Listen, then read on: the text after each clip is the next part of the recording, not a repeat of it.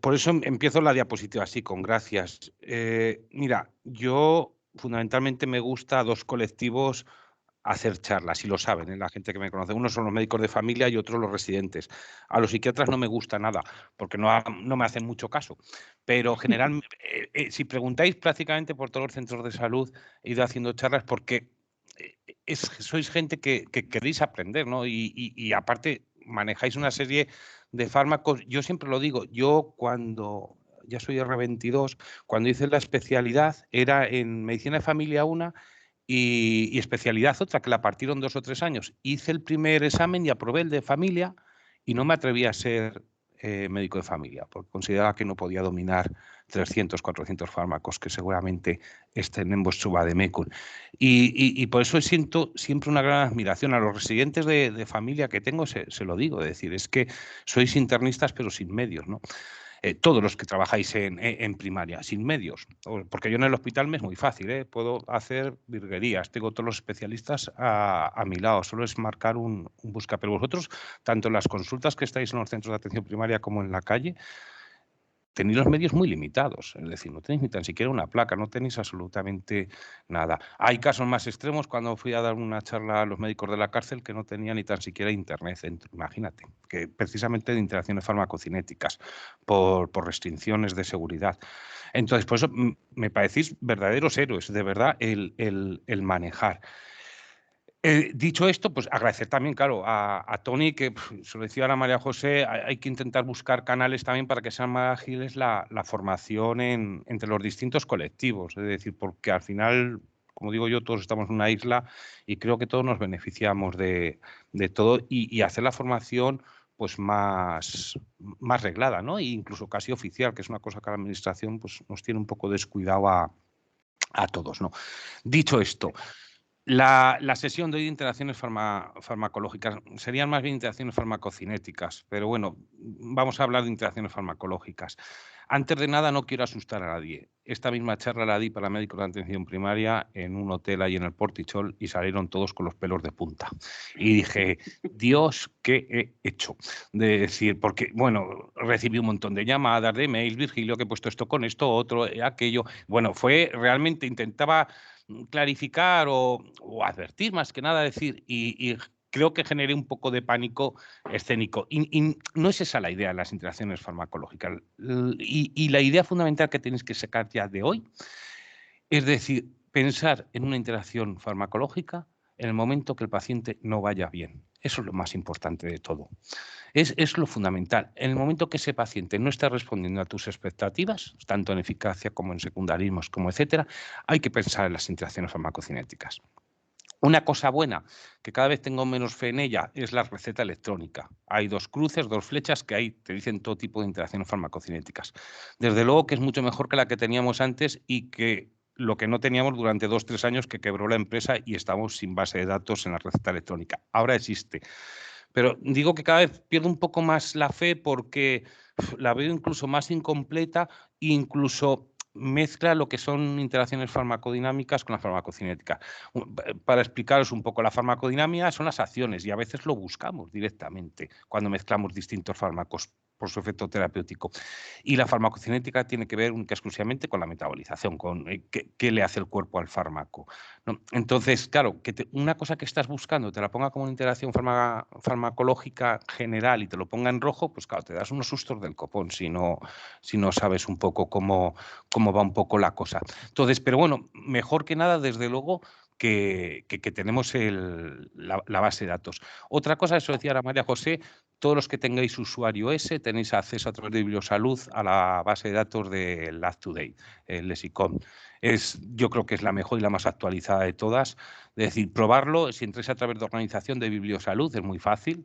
Es decir, veréis que, y hay, aparte de interacciones, os describen con pelos y señales cada fármaco. Es decir, y sería como tener ahí un buen libro, incluso creo que hay una app que te la puedes bajar al móvil. De hecho, los internistas de mi hospital es la que usan directamente, es decir, ni la Stoneleigh ni nada, directamente el Act2D. Y sería una de las cosas primeras que os tenían que quedar. Esto es otra de las cosas importantes. Es decir, nada de veneno y todo es veneno y todo va a depender de la dosis, incluso hasta el agua, ¿no? Es decir, ¿qué pasa con nuestros pacientes potómanos que se pues, que tenía un caso que bebía 15 litros de agua al día, ¿no? Es decir, las hiponatremias que me hacía. Y eso siempre hay que tenerlo en cuenta. Cualquier tipo de sustancia que se ingiere en el cuerpo humano, en función de la dosis, tenemos que considerarlo como un veneno. Esta seguramente sea la página web que os va a ser de más utilidad en vuestro ejercicio. Es una página, ponéis la dirección arriba, para cambiar cualquier tipo antidepresivo de uno a otro, y para cambiar, si veis en el recuadro a la izquierda, antipsicóticos, y también para combinar estabilizadores y también para convertir benzodiazepinas. Es súper útil y súper fácil. Es decir, probarla esta tarde o mañana por la mañana y ya lo veréis. Yo fue hace unos años el mejor descubrimiento que he hecho. ¿Qué es esto? Esto es pues una suerte que tuvimos nosotros, de decir, los psiquiatras hace unos años, cuando en pleno boom y efervescencia de la industria farmacéutica, cuando salen todos los antidepresivos, sale una empresa que hace análisis genéticos. Entonces nos regalan a los que estamos en ese tiempo el análisis genético nuestro para el uso de los psicofármacos. Claro, si tuviéramos en todo paciente este análisis genético, que cuesta al completo alrededor de 700, 800 euros, pues seguramente la charla de hoy no tendría ningún sentido, porque directamente ya irías. El resultado es así. Si alguno de vosotros llegase algún día mi médico de familia, pues sabrá que no me podrá dar ni citalopram ni olanzapina, por ejemplo, que el litio me va a ir muy bien y la paroxetina. Es decir, esto simplemente es juntar mi genética, mi ADN, los polimorfismos genéticos que yo tengo, característicos de mí, y lo que he publicado en la bibliografía en función de esos polimorfismos, de esa genética que uno tiene y cómo le actúan los fármacos. Cruzan las bases de datos y hacen un informe. Es algo sencillo, pero útil, ¿no? Es decir, a la hora sobre todo de establecer un tratamiento. Nos reíamos todos los psiquiatras porque los tres que estamos en el mismo centro teníamos los mismos polimorfismos y decimos, bueno, igual somos hermanos, pero bueno, no es así. Es decir, predomina uno que es el metabolizador intermedio aquí en Europa, ¿no? en la raza caucásica. Esto es lo que decía María José, y esto es verdad. 2 fármacos puede hacer que sea posible la interacción, 3 puede ser que sea posible, y 4 hay una interacción. Otra cosa es que tenga significancia clínica, que eso es muy distinto, pero interacción hay, os lo aseguro. Hay distintos tipos de interacciones entre fármacos, con enfermedades que sabéis muchísimo, muchísimo más que yo, un betabloqueante con el asma, con el alcohol, con los propios nutrientes. Comentaré un caso, por ejemplo, del ginkgo biloba, que se puso de moda hace un tiempo, darlo con un Depras, con una trazodona, y el paciente acabó en la UCI, por ejemplo, ¿no? Es decir, una cosa que tiene una hierba, para dar un poco de ánimo, para mejorar un poco. Al abuelo le dan el Depras para dormir y acaba en la UCI con la depresión respiratoria. Fíjate qué tontería, ¿no? Es decir, que son cosas. Las 10 interacciones medicamentosas más frecuentes. Gracias, iba a decir adiós, no, pero a la farmacocinética los psiquiatras nos vemos en poco con esto, porque antes son anticoagulantes, ¿no? Pero son pacientes que vosotros vais a ver, con digitálicos, con IECAS, con warfarina, y sobre todo, y esto la gente que toma anticoagulantes lo sabe, es decir, el tema de las interacciones las dominan seguramente mucho mejor que yo, por el riesgo. Interacciones hay desde que el fármaco entra por la boca hasta que sale. Entonces, fundamentalmente, cuando os voy a hablar de interacciones, me voy a referir al hígado, pero hay también interacciones en el fármaco cuando se absorbe, incluso cuando se elimina. Leía un artículo, fíjate qué cosas, decir, por ejemplo, si tomas una paroxetina con 1 litro de leche, bajas la mitad la absorción de la paroxetina. Claro, generalmente nadie se tome 1 litro de leche con una pastilla de paroxetina, generalmente. Pero bueno, yo me acuerdo de estudiante en Zaragoza, yo soy aragonés, que no lo he dicho, además aragonés de pura cepa, nacido en Huesca, criado en Teruel y estudié en Zaragoza, por eso lo de la nobleza y lo del cabezón. Claro, tenía un compañero de piso que se bebía 3 litros de leche al día. Digo, coño, si llega a tomar el colega la paroxetina, pues estaría tomando la mitad de dosis, realmente, ¿no? Y ya sin llegar al hígado, simplemente por tomar. O sea, con el ajo también veremos cosas curiosas, con el pomelo, por supuesto, lo sabéis. Es decir, hay datos, bueno, que algunos son anecdóticos y otros sí que nos pueden dar pues, ciertos problemas. Por ejemplo, mira, ciprofloxacino. Fijaros la diferencia de tomarlo solo a tomarlo 5 minutos después, la raya naranja. Pero es que, fíjate, Si lo tomas 2 horas después, que dices, bueno, ya me he tomado el cipro, bueno, he esperado 2 horas, ya tengo el estómago vacío. Fíjate la poca diferencia que hay de tomarlo 2 minutos, 5 minutos después o 2 horas después. Y ya no se usa mucho el cipro, pero yo me acuerdo que yo antes de tener los niños era muy viajero, he ido por todo el mundo y me acuerdo que siempre lo llevaba para la diarrea del viajero. Realmente ahora no sé ni para lo que se utiliza, supongo que para infecciones de orina se usará y para o ahora se usa el monurol, supongo, decir, pero bueno, para que veáis, por ejemplo, cómo puede afectar y a veces esa percepción que tenemos, bueno, en ayunas, pero bueno, en ayunas, ¿cuánto es, doctora? Pues un par de horas después. Pues fíjate que realmente es como si lo tomara con la comida y lo que va a afectar a la absorción. Una cosa tan sencilla como tomar un antiácido o omeprazol con el ciprofosfacino, porque entre otras cosas estos se dan sin receta. Por cierto que me podéis parar en el momento que queráis, cualquier duda, cualquier pregunta, paramos, ¿eh? Es decir, que no, la presentación la tiene María José, os la han colgado, me tenéis en Son Yasser, cualquier duda que tengáis, cualquier cosa, el correo es muy fácil, el V traéis, luego es el @ con las iniciales de Son Yasser, me podéis preguntar.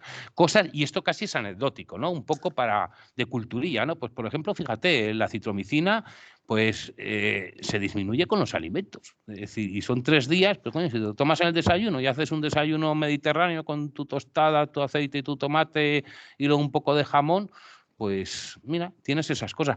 Por ejemplo, el Captopril, pero generalmente el Captopril usáis de urgencias y generalmente nadie ha comido con una crisis hipertensiva antes de ir a veros y pues seguramente tenga más efecto, pero si le aparece justo después de cenar, pues hombre, tienes que tener, al menos saberlo, decir, coño, le he puesto un Captopril, no le hace efecto. Dice, no, pero es que me acabo de comer un chuletón ahora y acabo de comer y me ha pegado un subidón de tensión.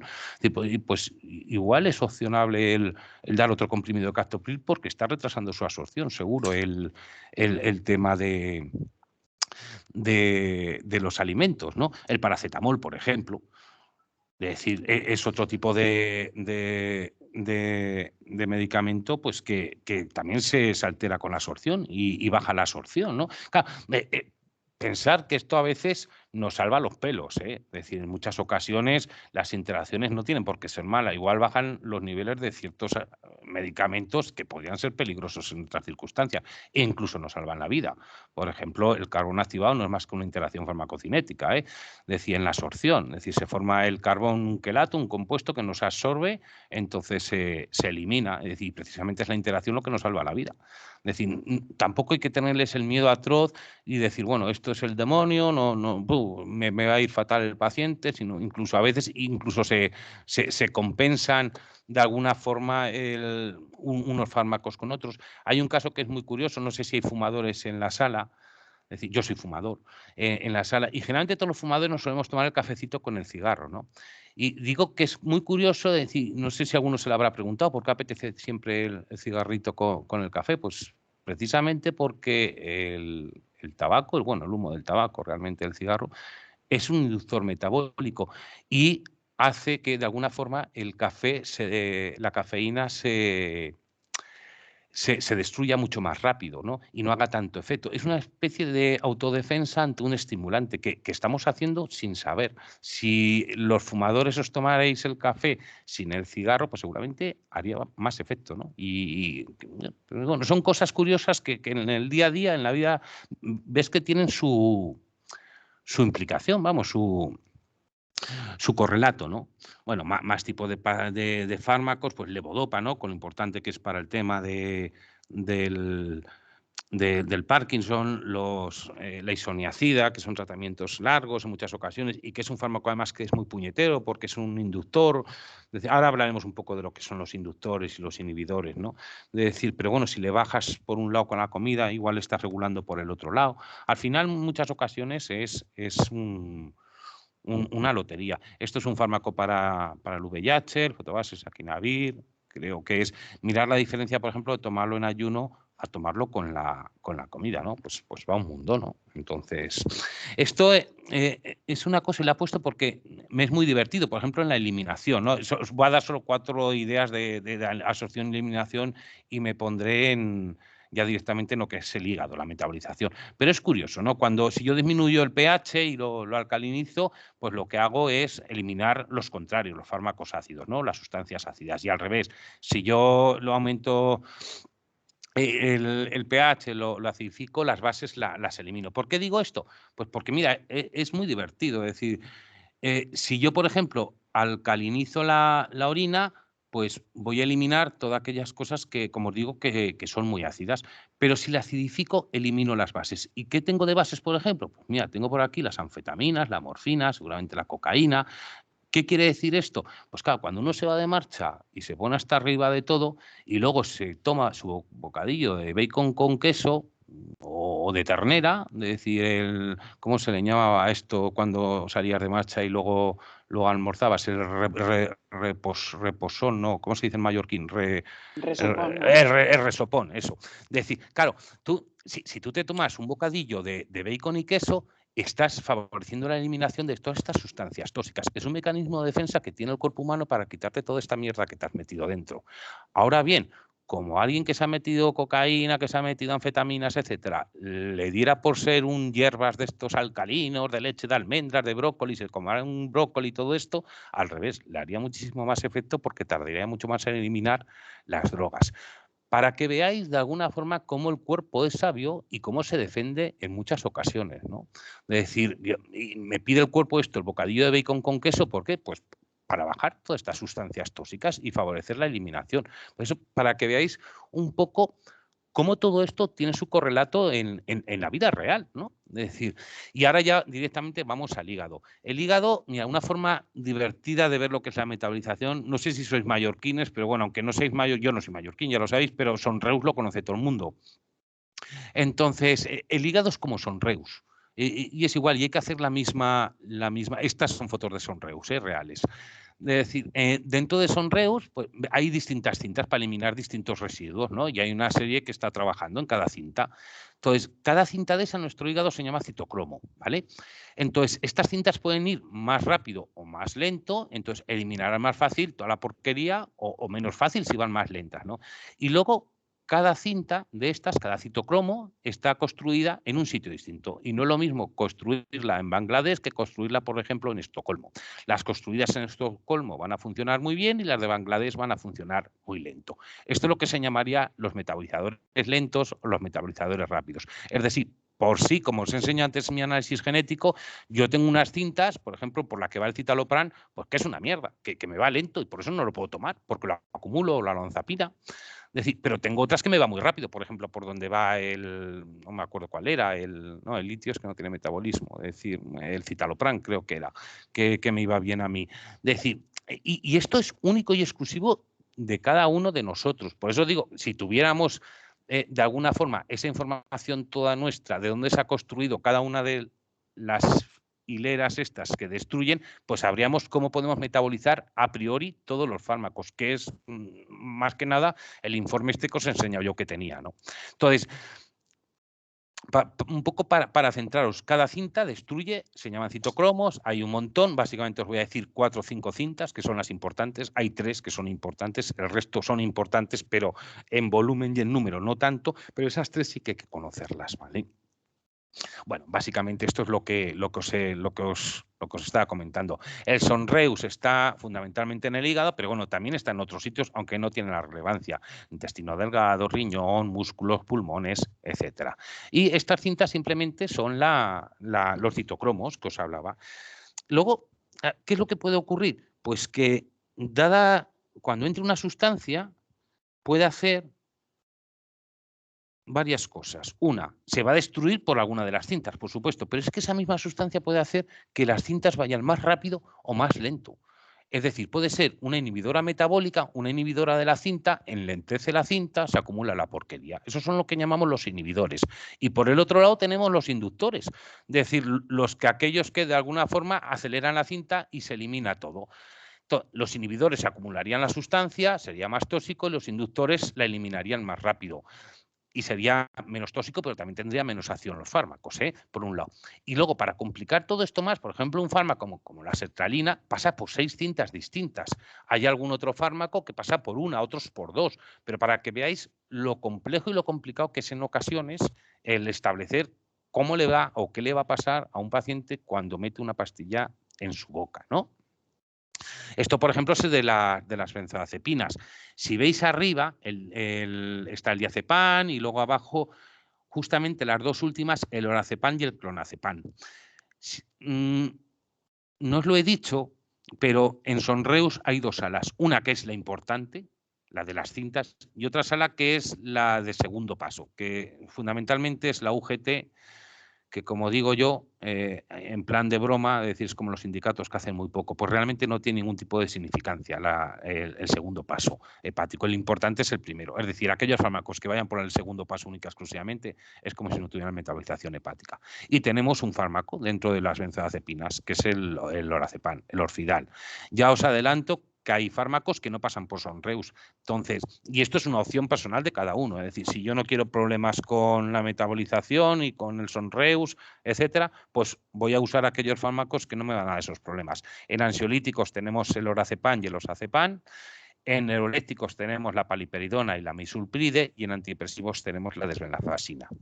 Luego hay otro, el último, el clonazepam, que va por una vía distinta que es poco modificable, que es la de las nitrosaminas, que también casi podría considerarse incluso que tiene poca afectación también hepático. Es decir, si tengo que usar un fármaco ansiolítico que no me quiero complicar los cascos a nivel de interacciones, digo, pues voy a usar lorazepam o clorazepam, ¿vale? Ahora, ¿que voy a usar el diazepam? Pues fijaros por todos los que pasa, 1, 2, 3, 4, 5. A veces la práctica clínica nos obliga a usar diazepam, por supuesto, pero bueno, tenemos que saber que nos vamos a manejar en esta situación y que va a haber 5 cintas por las que va a ir el diazepam, ¿vale? Luego cada cinta empieza a funcionar a distinta edad. Realmente a los bebés y a los niños se les puede dar la medicación X en función de cuando empieza a funcionar su cinta para que la pueda degradar. Es así de sencillo. La cinta 2 empieza a los 4 meses de vida, la C9 a los 6 meses, la A4 a los 12 y la D6 empieza a funcionar correctamente a los 5 o 6 años, ¿no? Esto lo hacía de broma justo cuando estábamos luchando en la carrera profesional, porque esto ya tiene 2 o 3 años, y está aquí Lázaro, decía, ¿qué es la inhibición metabólica? Pues lo que te digo, cuando llega allí uno y les pone a parar la cinta y se acumula todo, ¿no? La inducción es justamente igual, cuando la conseguimos, todo el mundo a trabajar como locos y todo se quedaba limpio como una patena, ¿vale? Entonces, cuando yo inhibo o enlentejo la cinta con un inhibidor, se me acumula la porquería. Cuando la acelero, pues me disminuye la porquería. Entonces, hasta aquí fácil, ¿no? Digo, bueno, yo tengo una sustancia, doy una sertralina, doy con otro fármaco, que ese fármaco hace que vaya más lento la cinta por la que va la sertralina, pues se me acumula la sertralina, problemas con la sertralina. O al revés, un fármaco que me hace que se vaya mucho más rápido la cinta de esta de Sonreus por la que va la sertralina. Vale, pues perfecto, la sertralina se me destruye rápidamente, seguramente pierde eficacia, también efectos secundarios. Esto es lo normal, pero como todo en la vida, todo se complica. Y existen desde hace un tiempo atrás aquí una cosa que se llama profármacos. Que esto es muy útil, es muy seguro. ¿Y qué es un profármaco? Pues que es un fármaco que hasta que no pasa por la cinta no tiene eficacia. Entonces aquí es justo al revés. Si yo doy un inhibidor metabólico en el tejo de la cinta y no parto ese fármaco en dos, no me tiene ninguna eficacia. Al revés, si yo acelero la cinta y lo destruyo rápido, los restos del residuo de lo que he destruido es realmente lo activo. Y esto es muy importante porque aquí es todo el mundo al revés. Y hay un fármaco, y ya os lo adelanto, el tamoxifeno, que es un profármaco, por ejemplo, ¿no? Entonces, si yo doy una sustancia con el tamoxifeno que me lentece, pues el tamoxifeno no va a tener ninguna eficacia. Y estamos hablando, pues bueno, de un fármaco que es serio porque es para prevenir el cáncer de mama. Y sabéis mejor que yo que el cáncer de mama, el riesgo recidiva son 50 años. Y hombre, es una putada, ¿no? Dar un antidepresivo, un ISRS, que además está contraindicado por la Agencia del Medicamento, sobre todo paroxetina y fluoxetina, a alguien que está tomando tamoxifeno y que por desgracia, pues bueno, deje de ser eficaz. La verdad es que es controvertido porque hay estudios que dicen que sí, estudios que no, pero la Agencia del Medicamento Español dijo que evita los inhibidores por los cuales va el tamoxifeno, porque si no, se parte el fármaco y se queda el fármaco como tal, no va a tener eficacia. Y es una, pues ya de las interacciones que uno tiene que tener claro. ¿Por qué? Porque es frecuente que alguien que pueda tener cáncer de mama caiga en una depresión, que se le dé un ISRS porque es un fármaco, bueno, light, que no tiene muchas interacciones, y justamente vas a pensar en una fluoxetina o una paroxetina y Y no. Pero bueno, hay otro tipo de fármacos, el tramadol, ¿eh? Yo lo que voy a decir es una guerra que tengo abierta contra las sociedades del dolor de toda España y medio mundo, de decir, de poner en las guías clínicas tramadol con un inhibidor como es la dulosetina. A mí se me abren las carnes, porque el tramadol es un profármaco, es lo mismo. Si no se parte el tramadol no tiene eficacia opioide, no tiene eficacia analgésica. Claro, ¿qué ocurre si lo das con un inhibidor de la cinta por la que va el tramadol? Pues que no se va a partir y únicamente y exclusivamente tiene efecto serotoninérgico, porque es un serotoninérgico. Entonces, claro, perfil del paciente con tramadol, fibromialgia, ¿no? Que además se le da la dulosetina, tiene la indicación, etcétera, y le ponen el tramadol. Y de repente se le empieza a hinchar toda la triporra. Y te viene y piensas, el traumatólogo, la unidad del dolor, señora, tiene que adelgazar, pero si yo no como, doctor, si le juro que yo no como, que tiene que adelgazar. Y me sigue doliendo, pero ¿cómo le sigue doliendo? Si está tomando 200 miligramos de tramadol, no puede dolerle, pues me duele mucho y lo único que tengo son clonus, por la noche empiezo a dar patadas y se me ha puesto un triporro así de grande, se lo juro que yo tomo una medicación como toca. No, usted no la está tomando como toca, esa es la historia. Lo único que estamos haciendo es una interacción farmacocinética que no estamos dejando al tramadol actuar y encima avalado por las guías clínicas. Es decir, que es verdad, y ahora hablaremos de cada uno de estas vías, que el D6 importa mucho más donde esté hecha la cinta que realmente la interacción fármaco-fármaco. Pero bueno, aún así, tenerlo en cuenta. Codeína, la oscarbazepina, que usamos los psiquiatras, pero bueno, levodopa, antivirales, el fanciclovir, etcétera, ¿no? Son fármacos, cada vez va a haber más fármacos de este tipo porque se toleran mejor de entrada, todo a nivel digestivo, etcétera. Pero bueno, que sepáis que aquí va todo al revés. Es decir, no es como debería ser en general, ¿no? Empezamos con la primera cinta, el D6. Mira,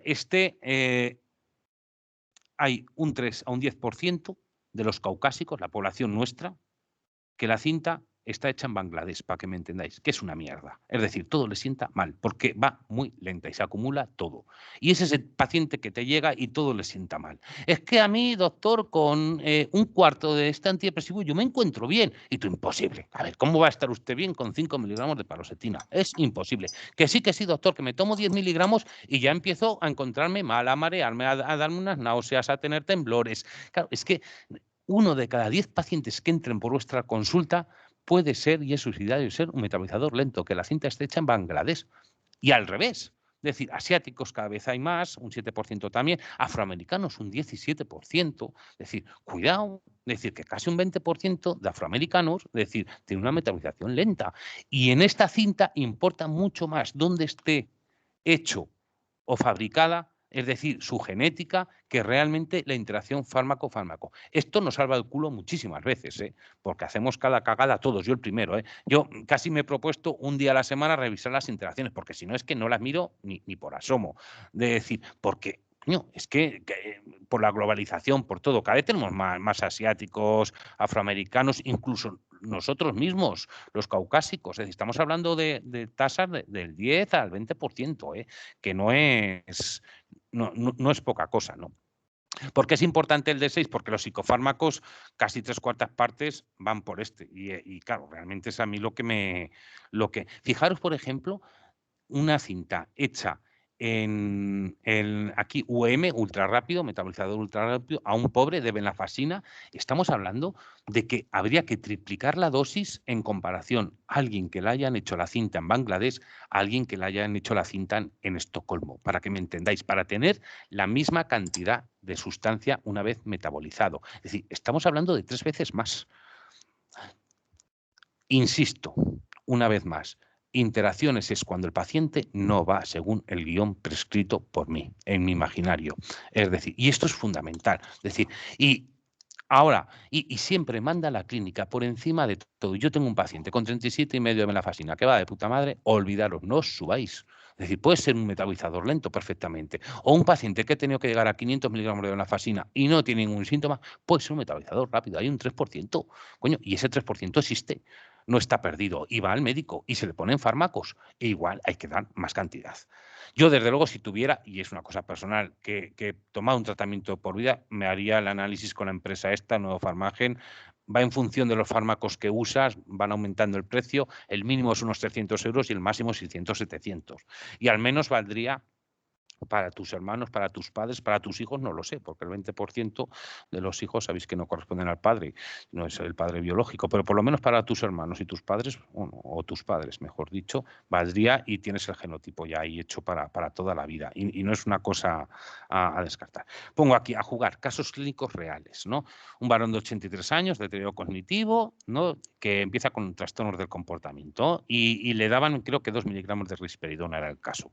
La familia lo ve más triste y apático, desesperanzado y con poca iniciativa, ¿vale? Por lo que le ponen paroxetina. Ya de entrada, paroxetina, el antidepresivo más anticolinérgico. El pobre abuelo, como tenga próstata o tenga glaucoma o tenga alguna cosa de estas, pero bueno, le ponen paroxetina porque, bueno, es sedante, bueno, relajante para la ansiedad. A ver, a los pocos días observamos un cuadro de parkinsonismo y sedación. ¿Sabéis con qué diagnóstico salió este paciente?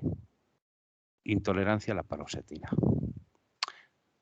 Dictaminado por un internista en una clínica privada. Esa es la pena de todo esto. De decir, ¿qué es lo que ocurrió? Pues la paroxetina enlentece y mucho la vía por la que va el risperidona, la risperidona. ¿Qué pasó? Hizo una acumulación de risperidona. ¿Pero qué pasa? Que la paroxetina también puede dar extrapiramidalismo, porque al final, si estimulas el 2A, bajas dopamina y puedes dar un extrapiramidalismo. Entonces, al final se le puso en su historia clínica intolerancia o reacción alérgica o anafilasia a la paroxetina. Y única y exclusivamente es que había tenido. De todas maneras, creo que hasta le vendría bien, para que no le vuelvan a poner nunca más paroxetina a un varón de 83 años. Pero bueno, son las cosas que pasan, ¿no?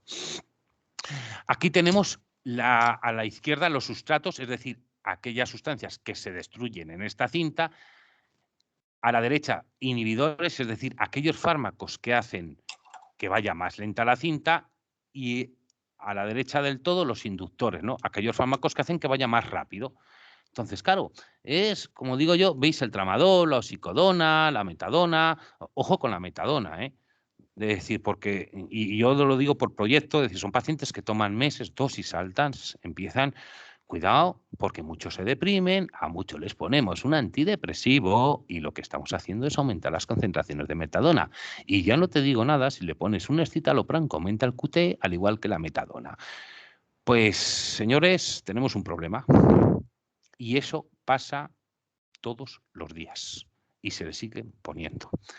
Claro, hasta que, por suerte o por desgracia, pues a veces no pasa tanto, pero nos estamos arriesgando a que haga una arritmia tipo torsada de Pons, ¿no? Y nos carguemos al paciente, ¿no?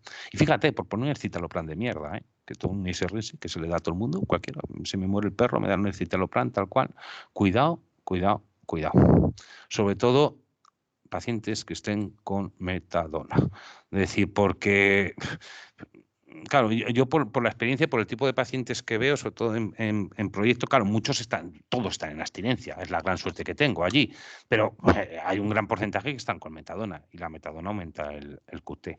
Y ya puestos a hablar, por ejemplo, las implicaciones que tiene la metadona, es un opiáceo, y ahora se está abusando de los opiáceos, vamos, o sea, ves a las abuelas con el chupachú, medio modorras, que dicen en Aragón, con la cabeza para un lado, y van por ahí con el chupachú de fentanilo. Claro, ¿qué hacen los opiáceos? Pues fundamentalmente a nivel digestivo, todos lo sabéis, que enlentece, ¿no? El estreñimiento que da. ¿Qué es lo que ocurre cuando vas reduciendo la metadona en el programa de mantenimiento de metadona, se le vas retirando y le vas quitando y ese paciente está tomando un antidepresivo o cualquier otro tipo de fármaco? Pues que vas a empezar a aumentar el tránsito gastrointestinal. Es decir, si tú tienes una dosis ajustada para un paciente con 80 miligramos de metadona, le has hecho un decalaje de metadona, se lo has quitado todo y tienes ajustado esas dosis de ese fármaco para 80 miligramos a la velocidad que irá el tránsito intestinal con esos 80, no tiene por asomo nada que ver cómo es un tránsito con 80 miligramos a sin 80 miligramos. Y a veces nos olvidamos, ¿no? Seguramente se absorba mucho menos porque el tránsito, por supuesto, irá más acelerado. Ya no te digo nada si es una formulación retar, que tiene que estar horas y horas ahí absorbiéndose poco a poco, lo que puede influir y a veces lo que se nos pueden descompensar los pacientes. Que son tonterías, que son de sentido común, pero que nadie, y yo me incluyo, pensamos en ese momento.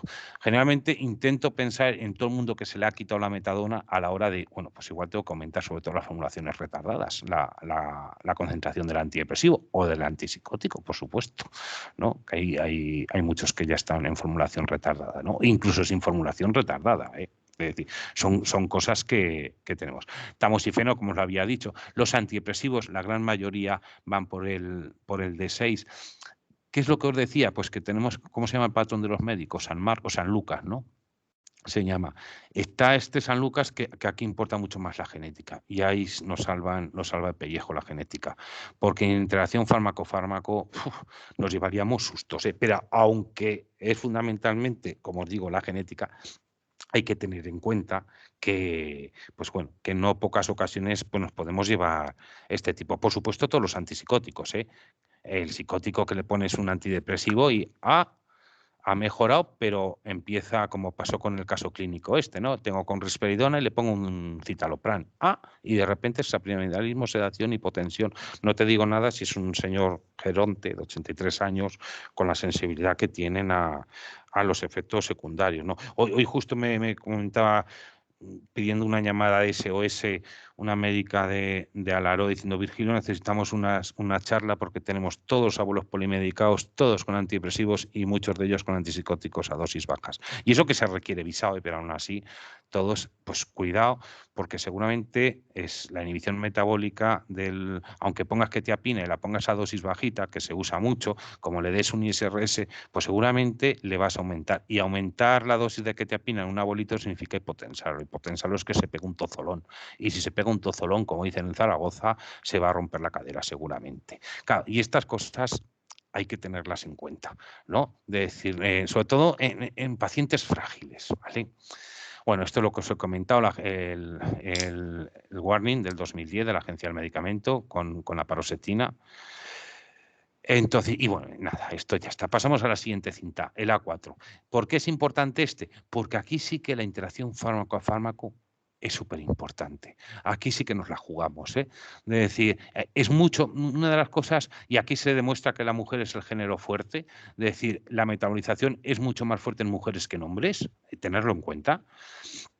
Vale, y tiene mucha más actividad en las mujeres que en los hombres y se alcanza la máxima actividad a los 20 años. Por eso, seguramente, si tienes que usar dosis, las podrás usar seguramente más fácil a los 20 que no a los 80 años, porque de los 20 hasta los 80 va a ir disminuyendo la capacidad metabólica de esta cinta, ¿vale?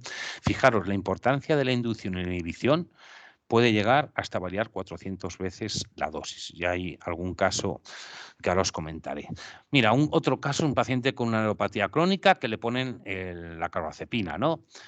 Y presenta una psicosis tóxica y es visto en consulta un mes después con una pauta pues, de quetiapina. Creo que eran 100 miligramos o 200 miligramos de quetiapina. Su neurólogo hace una semana que le retira el tratamiento con la carbamazepina por hiponatremia y entonces aparece hipotensión y sedación. Claro, aquí es más complicado decir, ¿por qué coño me quitan pastillas y encima estoy peor? Decir, ¿qué es lo que me está pasando?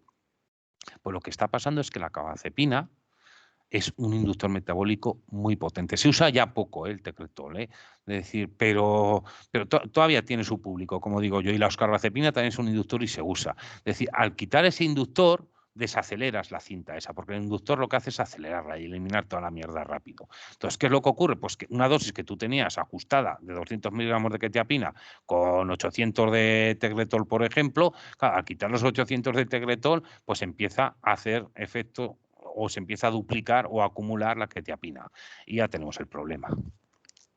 Otro caso, esquizofrenia paranoide que está con el aripiprazol, 30 miligramos, ¿no? Que le tiene el psiquiatra. Hace una bronquitis y de urgencias os va y le prescribís una claritromicina, un macrolidón, ¿no? Porque tiene una alergia a betalactámicos. Pues 3 días después el paciente presenta somnolencia, mareos e inquietud. ¿Sabéis con qué diagnóstico se va este paciente? Una vez más, reacción alérgica a los betalactámicos también, porque como encima era alérgico previamente a la penicilina, no, le sientan mal todos los antibióticos. Pues no, señores. Lo que pasó es que la claritromicina es un inhibidor metabólico muy potente, los macrólidos, entre ellos los antipsicóticos, ¿vale? Que van por esta vía, el A2. Y aquí sí que es importante la interacción fármaco-fármaco. Lo que pasó fue que él entenció la cinta y se empezó a acumular el aripiprazol. Y ya tenemos el problema hecho. Esto lo mismo, fijaros los sustratos, seguramente en volumen sea de las más importantes, la A4, pero fijaros fármacos que usamos los psiquiatras prácticamente, los antidepresivos, la metadona empieza a aparecer aquí otra vez. Pacientes con metadona, ojo si están tomando antidepresivos, porque fijaros qué casualidad que enlentece la cinta y acumula la concentración de todos los antidepresivos. Es decir, foto, si tengo un paciente con metadona, antidepresivos a dosis bajas, por favor. Con neurolécticos, pues lo mismo. Es decir, si tengo un paciente, dosis bajas, ¿vale? Luego, cuando la quite, pues ya subiré la dosis porque se me acelerará el metabolismo y se me acelerará la absorción, ¿no? O sea, se me lentecerá, perdón. Aquí yo me acuerdo de un compañero que discutía una vez, no, es que le hemos quitado la metadona, que es un opiáceo y tiene eficacia antipsicótica, que sí que es verdad que hay teorías sobre que los opiáceos son antipsicóticos, pero ¿qué coño eficacia antipsicótica? Le hemos quitado la metadona, que era un inhibidor, entonces ha empezado a acumular y por el otro lado no se ha absorbido. Realmente lo que ha pasado es esto. Cuidado con las hierbas, ¿eh? Hierba de San Juan, la melatonina, porque son fármacos que son de uso común, sobre todo la melatonina, que está ahora tan de moda, ¿no? Y cada vez la prednisona, ¿no? Que os voy a contar, son inductores. Estos pueden hacer bajar la eficacia de los antipsicóticos. Primera causa de manía farmacológica son los corticoides. Tú imagínate que encima lo tienes con tu, yo qué sé, tu risperidona, ¿no? Por ejemplo, tu haloperidol, y está tomando, aparte del efecto maníaco que puede provocar la prednisona, por un lado, por otro lado, baja la eficacia de los neurolécticos. Entonces se junta el hambre con las ganas de comer. Entonces, es una de las cosas que hay que tener. El topiramato. Mira, esto es muy gracioso, es decir, porque todos los psiquiatras privados, o sea, en todas las clínicas ponen el topiramato, ¿no? Para las adicciones, coño, es decir, ¿por qué el topiramato? No, antiimpulsividad, es un antiimpulsivo. Bueno, y aquí os voy a comentar un secreto, es decir, hubo un tiempo que decían que el topiramato adelgazaba, tiene efecto diurético al principio, es verdad que baja el volumen, pero realmente adelgaza porque te deja tan tonto que no eres capaz de llegar a la nevera. Entonces, realmente es por eso. Pero quitado esto, es decir, ¿por qué se usan para las drogas? Coño, porque es un inductor metabólico, las eliminas y las destrozan mucho más rápido. Ya incluso olvidaros del mecanismo de acción, es que a nivel farmacocinético el topiramato, como la carbazepina que se usan, a veces usamos las cosas pues todo porque vemos que con la experiencia, esto que decimos, no, ¿y por qué usan la carbazepina para los conductas adictivas? No, porque les va bien, les controla la impulsividad. ¿Qué coño les controla la impulsividad? Es un inductor metabólico potente, justamente del A4, que el fármaco es súper importante, es decir, y lo que hace es acelerar la cinta para que los elimine rápido el cuerpo y no se acumulen y no te hagan ningún efecto. Es decir, cuidado. También al revés, es decir, paciente que tengáis con metadona, que se metaboliza por a pasar de ser un inhibidor, se metaboliza también por esta cinta, pues el topiramato le bajará la eficacia. ¿Vale? Es decir, es posible que te llegue, oh, pues estoy con 30, me han puesto topiramato y estoy con más síntomas de abstinencia, se me pone el pelo erizado, tengo el moquillo, me duele todo el cuerpo. Pues cuidado que puede tener razón si le hemos puesto 200, 300 miligramos de topiramato, ¿vale? Insisto, y no me voy a cansar de decirlo una y otra vez, las interacciones son para cuando está fuera de mi guión que tengo en mi imaginario, en mi paciente, cuando las cosas no van como yo creo que deben ir. Quitado eso, yo os diría, hombre, tenerlas en cuenta, siempre están ahí, el Virgilio dando el coñazo de las interacciones, pero bueno, si un paciente va bien, claro, ya está. Hacer siempre electros, por favor, siempre electros, porque eso no avisa. Las interacciones sí, los síntomas secundarios, pero el QT no te avisa. Un electro siempre que uséis fármacos míos, electro, siempre. Es decir, pero bueno, la otra interacción no puede tener una relación clínica significativa. De hecho, ahora os resumiré un poco con antidepresivos y antipsicóticos las más importantes, ¿no? Y con ansiolíticos también, con los 2-3 que soléis usar, ¿no? Fíjate aquí, por ejemplo, el midazolam, ¿no? Que este soléis usar vosotros bastante, ¿no? Puede aumentar hasta un 500% si el paciente está con fluoxetina. Y seguramente lo sabréis, la fluoxetina tiene una vida media de 6-7 días, ¿no? La eliminación. Si os encontréis un paciente que está en tratamiento con 3 comprimidos de fluoxetina típico de una TLP y lo está tomando y de repente vais a una urgencia que está agitada, pues hombre, el dar un midazolam, yo tendría el anesate cerca, por si acaso, porque seguramente alguna sobrecarga de benzodiazepinas. Es una de las cosas que tenéis que tener cuidado, ¿vale? O los anticonceptivos. Esto tuvo una anécdota muy graciosa con un ginecólogo. Tenía una TLP, estaba con la carbazepina, porque consumía, y yo inconscientemente, no, es que le va bien para el consumo, no, porque un inductor metabólico, coño, que le va a ir bien para el consumo. Pero la tenía controlada con la carbazepina. Y, bueno, como es la TLP, desinhibición sexual, tal cual, digo, toma anticonceptivos orales, vale. Va al ginecólogo y le pone un anticonceptivo, pero con la mala suerte que era uno que interaccionaba con la carbazepina. Y como ya he tenido casos reales de que han quedado embarazadas tomando carbazepina, le digo al ginecólogo, ¿le has dicho que tomas la carbazepina? Sí, sí, sí. ¿Y te ha puesto este anticonceptivo? Sí, sí. Pues dile que interacciona. Va al ginecólogo, respuesta del ginecólogo. Dile al psiquiatra que se deje de tonterías y toma este anticonceptivo. Bueno, por eso os digo, no hay que tener ningún tipo de complejo en las interacciones. De hecho, yo soy el bicho raro en la psiquiatría, porque soy el único de los pocos que me preocupo por las interacciones farmacocinéticas, la especializada.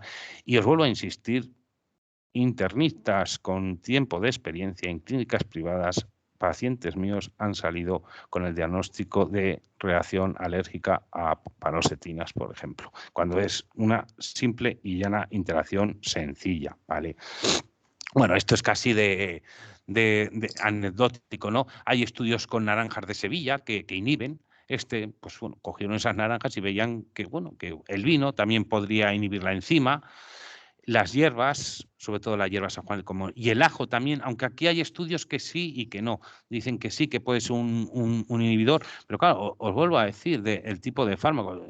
Sí, aquí es que, como decía la de los Spy Girls, España huele a ajo, ¿no? Que nos gusta el ajo, que está muy rico y todo esto, pero si a alguien le gusta comer mucho ajo, pues, o al menos que pues, si toma algún macrólido alguna vez o alguna cosa, o usa atorvastatina y ve que el colesterol no se le acaba de mejorar, ¿qué tal? Que deje el ajo a ver qué pasa, ¿no? Sí, por probar. De decir, más cosas. Bueno, estos son. Vamos ya la 2. ¿Por qué es importante esta por el tabaco? Esta. Y ahora os voy a. Aquí la genética donde esté hecha la cinta con. Las AS no tienen que ver con la genética, es con el fármaco. Las D sí, pero las AS, el A4 y el A2 es el tabaco. ¿Por qué os cuento esto? Porque, bueno, y el omeprazol también, es otro de los dos, porque es el pack, ¿no? Del tabaco y el omeprazol. ¿Qué es lo que ocurre?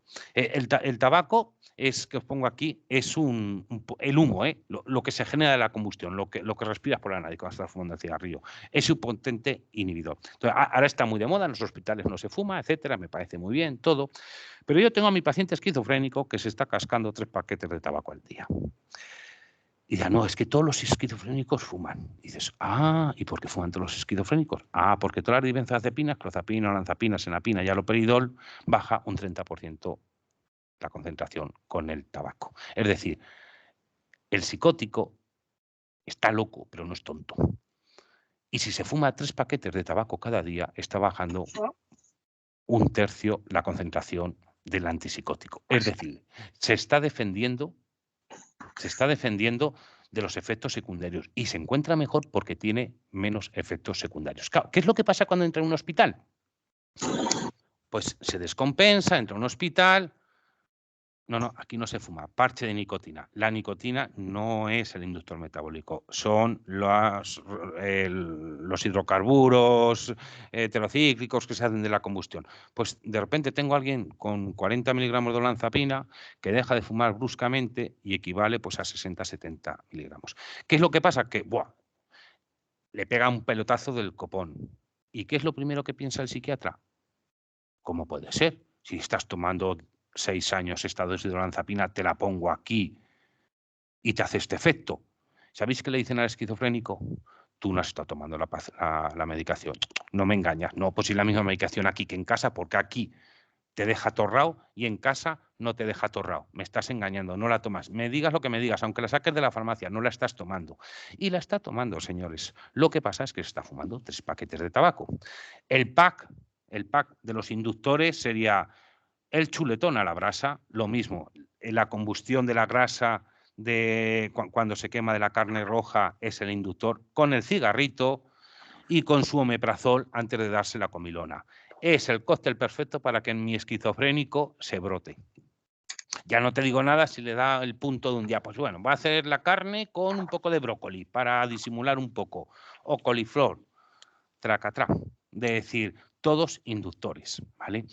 Que sepáis, bueno, pues por ejemplo, si a alguien le duele la cabeza y fuma, pues que le va a hacer menos efecto, lo que os he comentado de la cafeína, con el humo del tabaco, que si yo me doy una comilona y tengo luego fiebre y de carne, del el tabaco, todo, pues me va a hacer efecto porque son inductores, ¿vale?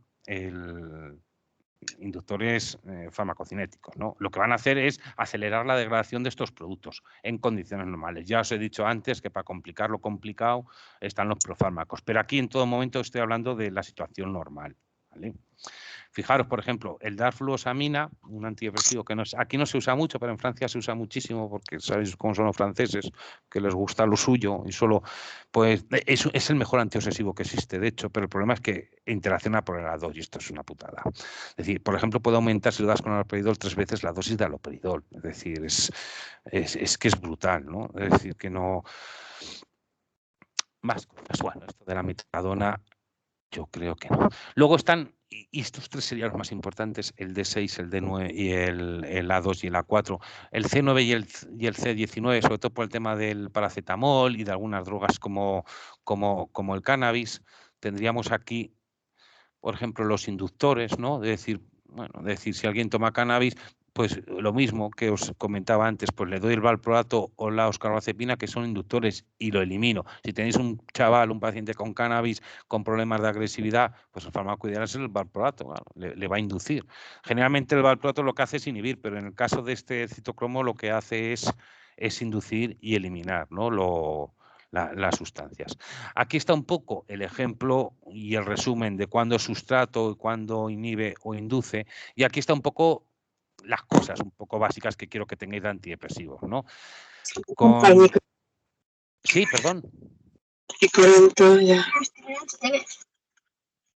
Sí. Ay, no os oigo. ¿Me preguntáis algo? No. Bueno, sigo. Las interacciones con los antidepresivos. Mira, el escitalopram, por ejemplo, citalopram sertralina no altera el metabolismo del alcohol. A ver, no voy a decir que tomen alcohol obligatoriamente, pero que sepáis si es un paciente alcohólico y queréis dar un ISRS, pues sería uno de los tres, ¿no? La sertralina, cuidado con el aripiprazol, hay casos de síndrome neurótico maligno. Ojo con la cocaína, que hay casos descritos de convulsión. Baja las concentraciones de aloperidol. Con el hipérico hay casos de síndrome serotoninérgico. Con las hormonas tiroideas puede disminuir la función tiroidea. Con el litio aumenta los temblores del litio y aumenta la concentración de metadona, ¿no? Con todo lo que ello puede implicar, ¿no? A nivel de QT, etcétera. Con la trazodona, pues cuidado con los betadrenérgicos y los fármacos que disminuyen el potasio, ¿no? Por el tema del QT. Aumenta las concentraciones del DEPRAS con los cíclicos generalmente y con los ISRS, y esto es una mezcla que hacemos mucho los psiquiatras para potenciar, pero bueno, que sepamos que aparte de potenciar mecanismos de acción, estamos potenciando también aumentando concentraciones. Cuidado con los corticoides. El caso que os he comentado, el Ginkgo biloba, que le pusieron a un abuelito que estaba medio, no podía dormir, un poco intranquilo, creo que me parece que incluso eran 50 miligramos de trazodona y se provocó un coma. Por lo visto hay flavonoides que saturan los receptores de benzodiazepinas del Ginkgo biloba y de hecho el caso clínico que leí lo sacan con anesate. La mitazapina, cuidado en cardiópatas, no en el QT, pero sí en cardiópatas, ¿no? Sería un fármaco adecuado. Cuidado con todo lo que son los inhibidores del 3 a 4, ¿no? Fluoxetinas, pues aumenta el doble si lo juntas con un tricíclico, que a veces ves mezclas de estas, de dos antidepresivos, que no tienen mucho sentido, pero bueno, las ves. Aumenta las concentraciones de aripiprazol, beta bloqueantes del calcio, clozapinas, hasta un 52%, ¿eh? Es decir, éxtasis, cannabis, aloperidol, LSD, metadona. Entonces, claro, si tenéis a alguien con enganchado al cannabis, coño, no le deis fluoxetina, joder. Darle la duloxetina, que para eso va bien, por ejemplo, o darle desvenlafaxina, que no pasa por paso hepático. El citalopram, cuidado con los el citalopram es QT y se os tiene que hacer esa foto, ¿vale? Cuidado con los tricíclicos, que puede aumentar hasta un 100% la nortristilina. Cuidado con los antihistamínicos, con el QT, con el epiprazol, como decía antes. con la clozapina, por supuesto, clozapina, cuidado con los antidepresivos en general, ¿no? Y con la oxicodona y casos de síndrome serotoninérgico. Y con la paroxetina, lo que os he dicho, disminuye hasta un 40% la absorción con un litro de leche. Curioso, pero bueno, si tenéis a alguien que le gusta mucho la leche, pues cuidado con la cimetidina, que aumenta las concentraciones de todos los ISRS. La paroxetina aumenta la concentración de los anticoagulantes, de los tricíclicos, de los barbitúricos, con casos de hepatotoxicidad, duloxetina, olanzapina, todos los ISRS. El alfa, no es el alfa, es el interferón, el que se usaba antes para la hepatitis. Claro, imagínate, el beta-interferón genera ya depresión y psicosis, y si encima le das, y está con una paroxetina, encima le baja las concentraciones de paroxetina, que todavía va a tener menos efecto y más posibilidades con el tema del suicidio, ¿no? Entonces, bueno, cuidado, a saber que lo tengáis aquí como chuleta y cuando usan algún tipo de estos fármacos que lo tengáis. Con antipsicóticos, bueno, pues la olanzapina, mira, la olanzapina, si es vía oral no hay ningún problema. Como la deis intramuscular, cuidado con el diazepam intramuscular. Es de las cosas que hay que saber hoy y en la charla de hoy. Sí, porque una olanzapina intramuscular, decir, puede calmar una agitación. Es un fármaco que se usa en segunda línea por una crisis de ansiedad grave. De decir que ves que con los diazepanes o los lorazepanes, alprazolam no va a funcionar, al final tienes que acabar con la olanzapina. Pero cuidado mucho de usar las vías parenterales o las vías intramusculares, porque os puede dar problemas de muerte súbita, etcétera. Con la quetiapina, pues cuidado también con esto, pues sobre todo con el Viagra, ¿no? El pomelo no, cuidado con el QT, la misulpride, cuidado el QT, no darlo con fluoxamina nunca. El aripiprazol, cuidado con los ISRS, ¿por qué? Porque además su mecanismo de acción sí que puede ser complementario. De hecho, la ortiocetina en un fármaco nuevo es un ISRS más un aripiprazol, básicamente, ¿no? Pero claro, esto lo podemos hacer por separado, pero hay que tener cuidado al QT. Es decir, porque lo puede aumentar. Cuidado con betabloqueantes, los alfa, baja la tensión arterial, cuidado al QT. Sinogan se usa cada vez menos, pero bueno, hay casos, por ejemplo, si lo damos con un diazepam intravenoso y luego le das un Sinogan, pues de obstrucción de vía aérea y de presión respiratoria. Cuidado con la fluoxamina y la risperidona, el QT. Con el QT generalmente tenéis que tener cuidado, ahora hablaremos 2 minutos, antiarrítmicos, macrólidos, antipalúdicos, laxantes, todo lo que baje el potasio, diuréticos que no ahorren potasio, corticoides, betabloqueantes, Viagra, anticolinérgicos. Cuidado. El haloperidol, que lo usáis también, pues cuidado al QT, ¿no? Es decir, sobre todo intravenoso, ojo al unirlo a otros antipsicóticos en general, porque casos de neurolético malignos están descritos con la risperidona. Y luego es una lotería con los antidepresivos, porque les inhibe el metabolismo, el haloperidol, los antidepresivos, pero es que los antidepresivos también inhiben el haloperidol. Entonces dice, a ver, ¿quién inhibe a quién? Pues realmente es una puñetera lotería y no sabes lo que va a pasar. El quemaden, por ejemplo, que es un anticolinérgico que usa para las distonías, baja las concentraciones de haloperidol.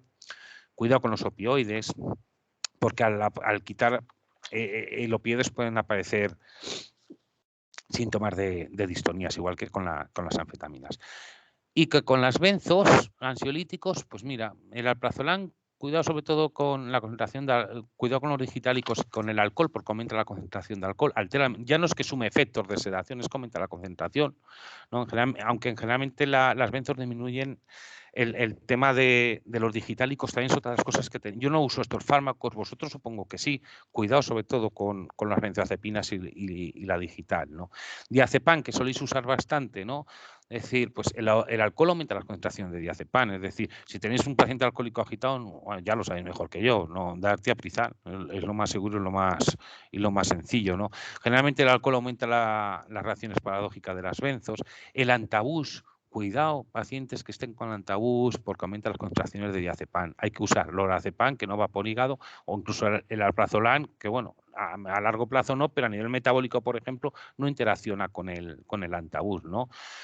Cuidado con los anticonceptivos orales porque hay casos de aumento de las hemorragias alrededor de la regla. Cuidado con el cipro, con la clozapina, con el omeprazol, con la ketamina, levodopa, con el Sinogan. Hay casos descritos, como os he dicho antes, cuando hablamos del Sinogan, de la obstrucción de las vías aéreas. Si dais diazepam intravenoso, no se os ocurra dar olanzapina, por favor. Ojo, pongo aquí benzodiazepinas y metadona, que es un factor de riesgo para la muerte súbita, ¿no? La mirtazapina puede aumentar la concentración de diazepam, que a veces la damos conjuntamente para que duerman, ¿no? Ojo, pongo aquí benzodiazepinas, el diazepam y los neurolépticos. Hay casos de neuroléptico maligno y esto es una cosa que usamos con relativa frecuencia los propios psiquiatras. Bueno, esto para comentaros un poco del QT, dos cosas. Mira, la foto es señora mayor con potasio bajo y bradicárdica, se os tienen que poner los pelos como escarpias, porque cuidado, y que usen fármacos de Virgilio. Acordaros de la abuelita que tiene la frecuencia cardíaca baja y que tiene el potasio en el límite y que usa fármacos de Virgilio. Cuidado. Electro a todos. Hay una página que es cojonuda, el hacer.org, que es gratuita, es el centro de Arizona y tiene hasta una calculadora de interacciones para el QT, es gratuita, tienes que registrarte, pero es gratuita y está genial, ¿no? Es decir, estos son los fármacos pues que están descritos de momento los más. No son, la citromicina, por ejemplo, claro, ¿qué es lo que ha pasado? ¿Por qué se ha puesto de moda esto? Pues por el COVID, coño. Es decir, fijar la cloroquina, citromicina, los fármacos que estamos usando. Y por desgracia, en la primera ola del COVID se usaron y tuvimos pues bastantes secundarismos en relación a las arritmias, incluso muertes. Pero bueno, teníamos lo que teníamos y tuvimos que pasarlo como pudimos. A raíz de ahí se puso bastante de moda el QT, sobre todo de la primera ola, y de usar estos fármacos que aumentan peligrosamente el QT, ¿no? Bueno, esto lo tenéis, esto es como sale en la página, estos son los que se usan en psiquiatría, ¿vale? Y yo creo que ya está bien por hoy, que ya os he dado mucho la matraca. Dudas, preguntas, si os quedan fuerzas o energías. Virgilio, enhorabuena. ¿Tienes un control? Apabullante. Mira, yo tenía mucha preocupación con el tema de las interacciones. Y ya se ha visto pues que se puede interaccionar cualquier cosa, no solamente a nivel químico con otros fármacos, sino, bueno, pues alimentos y demás que son pues del día a día y sin posibilidad de control prácticamente. Bueno, pues estaba preocupada porque efectivamente yo tenía como muy presente eso, que yo al menos lo tengo poco en cuenta. Y ahora no estoy preocupada, ahora estoy asustada. Ahora ya estoy asustada, o sea, tan asustada y tan bloqueada después de todo lo que nos has contado que tendré que escucharme tu charla pues varias veces para poder hacer anotaciones más claras y tener ciertas cosas pues siempre presentes.